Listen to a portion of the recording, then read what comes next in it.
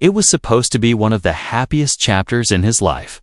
A new beginning, a second chance at love, at family, at finally being known. For more than just someone else's shadow. Just days after receiving the news that he would become a grandfather again, Brandon Blackstock was gone. Silent, sudden, leaving behind more questions than answers, and a long trail of fractured stories.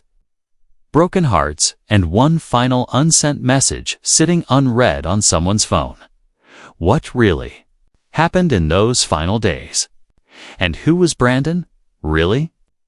Because to the world, he was Kelly Clarkson's ex-husband, Reba McEntire's former stepson.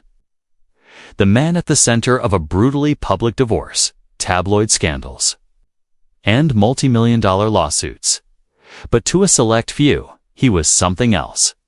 A quiet warrior, a deeply conflicted father, a man who never stopped trying, even when he failed over and over again. And perhaps most haunting of all, he never thought he'd be remembered this way. Cue music swell. Footage fades into the wide golden horizon of Montana plains. Horses grazing. Empty windswept fences. The camera lingers on a small house, barely visible beneath snow-touched treetops. Voiceover. It was here, on the edge of his father's Montana ranch, far from the stages, cameras, and courts where Brandon Blackstock spent his final morning. There was no entourage, no press, just him, some local hands, and a voicemail. He'd replayed 2 or 3 times. It was from his daughter. An innocent message filled with joy. Just 5 words, "Daddy, I'm having another baby." According to close friends, he'd broken into tears when he heard it. Tears they hadn't seen in years. And if you knew anything about Brandon, you knew he didn't cry. Not often. Not in public, but something in that message, something in the idea of new life, seemed to break through the fortress of silence that had surrounded him since the divorce. Since the world turned against him, no one could have known it would be too late to rewrite that chapter, because just 3 days later, Brandon was found in his sleep. Heart failure, they said. Natural causes. But to those closest to him, it felt anything but natural. It felt sudden, unfinished, and almost timed. But before we dive into the final hours, let's go back. Not to the tabloids, not to the headlines. Let's go back to the boy who grew up backstage in the long shadow of country music royalty. Old footage, 90s tour buses, concerts, interviews with Narvel, Blackstock, Reba McEntire's former husband and Brandon's father. Close-up of a young Brandon, eyes wide on the side of the stage, always watching. Voiceover. Brandon was born into a world of power and performance. His father, Narvel Blackstock, was a titan in country music circles, managing the careers of stars, including Reba McEntire, who would later become Brandon's stepmother. To the outside world, it seemed charmed.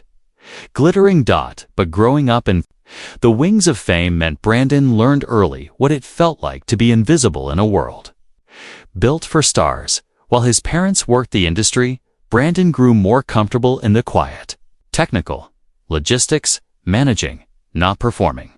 He didn't want the stage. He wanted to make sure it held. That's what eventually led him into artist management, a job he was great at, but one that would ultimately define the rest of his life in ways he never could have predicted. Because in 2006, at a rehearsal for the Academy of Country Music Awards, Brandon's path collided with a rising powerhouse named Kelly Clarkson. Montage, old rehearsal footage. Lights being tested. Kelly laughing backstage. Brandon standing off. To the side with a clipboard, one glance between them in a hallway.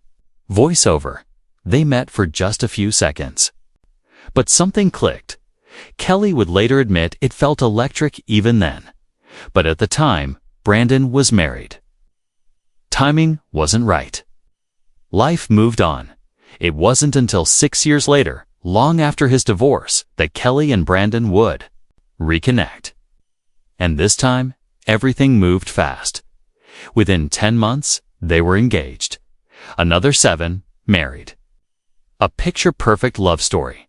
Or so it appeared to the world. They were golden. The quiet Southern manager and the down-to-earth pop star. They laughed in interviews. They sang duets on stage. They sang to each other in the car, behind closed doors.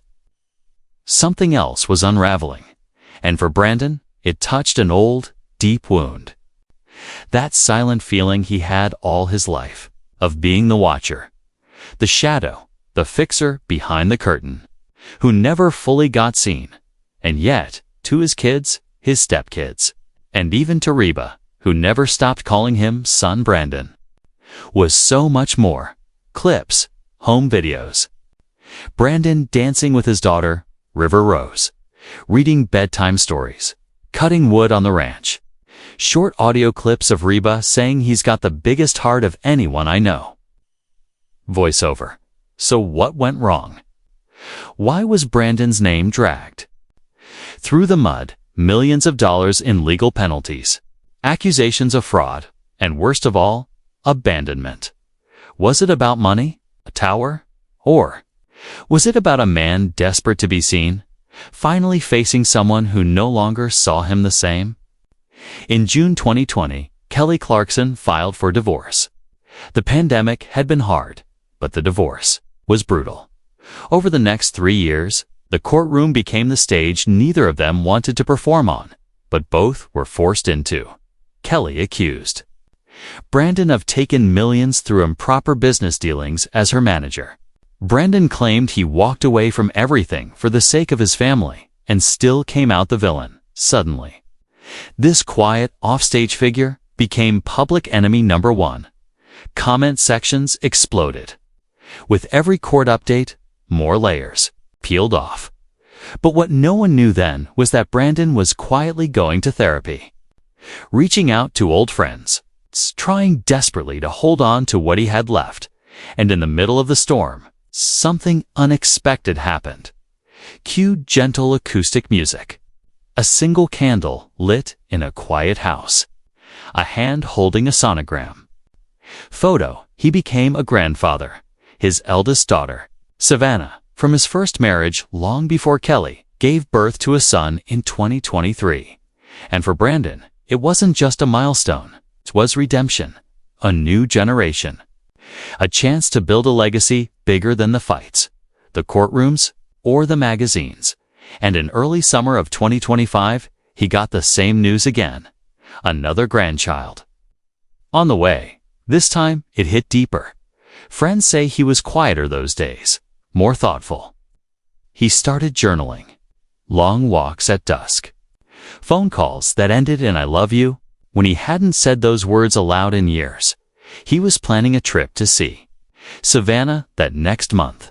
He never made it. On July 3rd, Brandon didn't show up for work.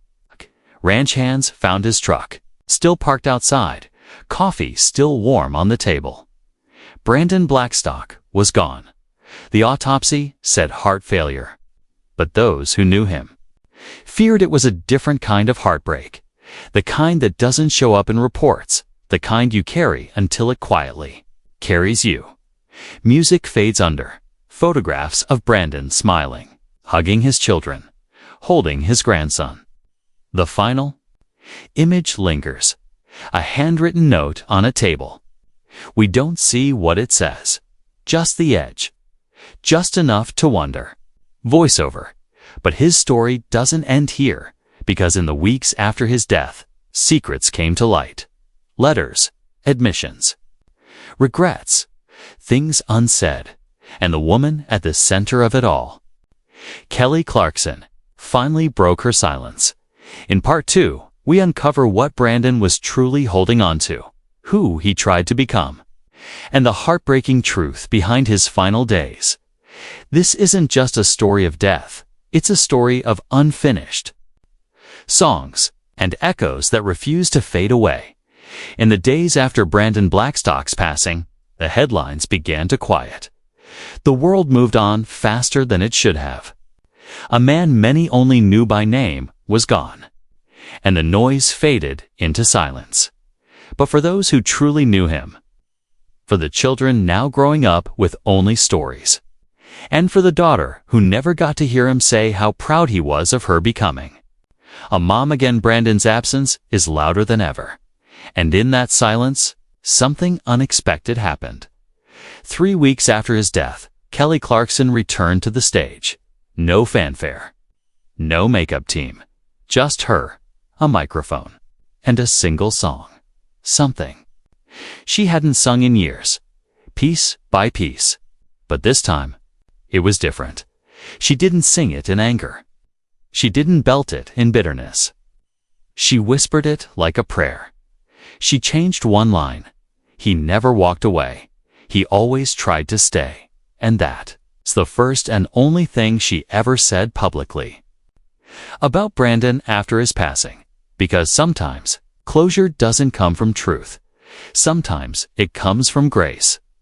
Was Brandon perfect? No, he made mistakes, some of them lasting, some of them painful. But he also showed up in ways the world never saw. In quiet moments, in gentle apologies. In phone calls that ended simply with "I miss you."